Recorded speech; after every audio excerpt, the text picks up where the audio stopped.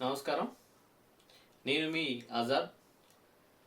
Wake up India భారతదేశం మేల్కో అని చెప్పేసి సోషల్ మీడియా వేదికగా మీరు రాబోతున్నాం.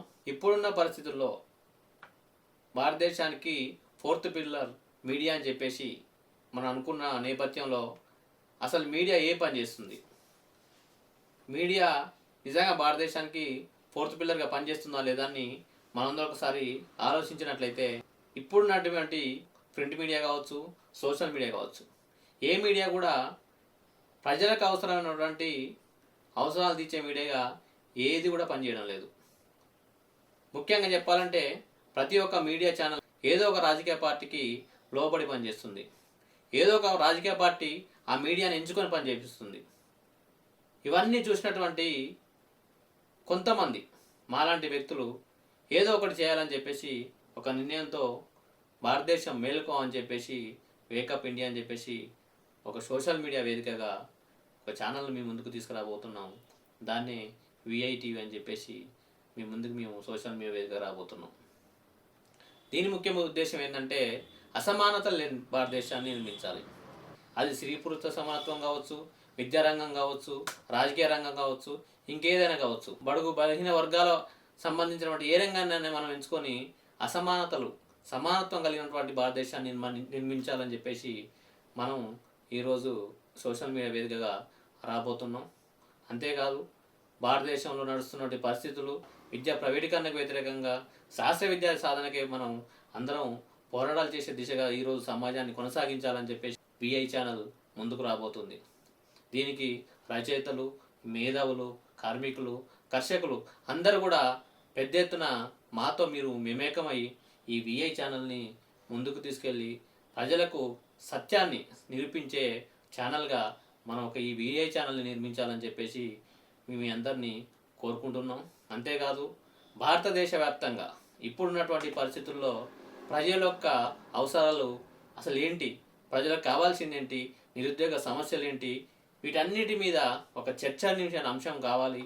రాజకీయ పార్టీలు పక్కకు పెడితే అసలు కావాల్సిన రాజకీయ పార్టీలకు ఏం కావాలని పక్కకు పెడితే ప్రజలకు ఏం కావాలి, ప్రజలకు ఒక సమస్యలు ఏం కావాలని చెప్పేసి అడిగి మేధావులతో చర్చించి మేధావుల యొక్క అభిప్రాయాలు తెలుసుకొని పూర్తిగా విశ్లేషణ చేసి ఆ సమాచారం తీసి సత్యాన్ని గ్రహించి దాన్ని ప్రజల వరకు చేరవేసే ఒక వేదిక మా విఐ ఛానల్. ఈ సమాజంలో ఇప్పుడున్న ఛానల్స్ పెట్టుబడులకు, కట్టుకథలకు ఒక నిలయాలుగా మారినాయి. ప్రజల యొక్క అవసరాలు తెలుసుకునే ఛానల్గా ఏది కూడా మన ముందు అవ్వట్లేదు. చిన్న చిన్న ఛానల్స్ కానీ చిన్న చిన్న మీడియా ఉన్నా కూడా వాటిని రాజకీయ నాయకులు కానీ రాజకీయ పార్టీలు కానీ తొక్కేసే విధంగా ఈరోజు మన భారతదేశంలో అలాంటి సంఘటనలు మనం చూస్తూ ఉన్నాం.